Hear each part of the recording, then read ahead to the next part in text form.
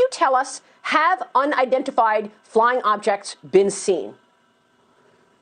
Well, sure. We have lots of reports about what we call unidentified aerial phenomenon. And this actually is a program that's been in place for a few years in terms of a task force that has been there under the National Defense Authorization Act. But as you correctly point out, Maria, there's now a report that will be issued by the Pentagon, by the Secretary of Defense and the Director of National Intelligence. I actually wanted to get this information out and declassified before I left office, but we weren't able to get it down into an unclassified format that we could talk about quickly enough. But frankly, there are a lot more sightings than have been made public. Some of those have been declassified. When we talk about sightings, we're talking about objects that have been seen by Navy or Air Force pilots or have been picked up by satellite imagery that frankly engage in actions that are difficult to explain, that movements that are hard to replicate, that we don't have the technology for, or traveling at speeds that exceed the sound barrier without a sonic boom. So in short, things that we are observing that are difficult to explain.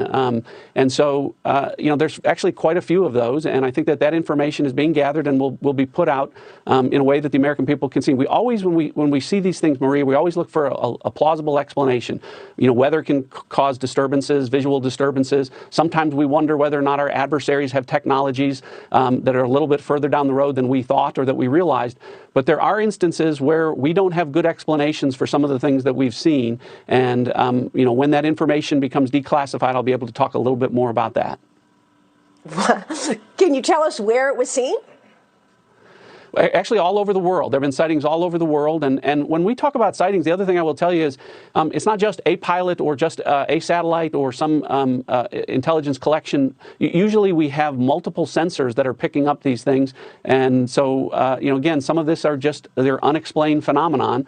And there's actually quite a few more than have been made public. So I think it'll be healthy for as much of this information to get out there as possible so that the American people can see some of the things that we've been dealing with.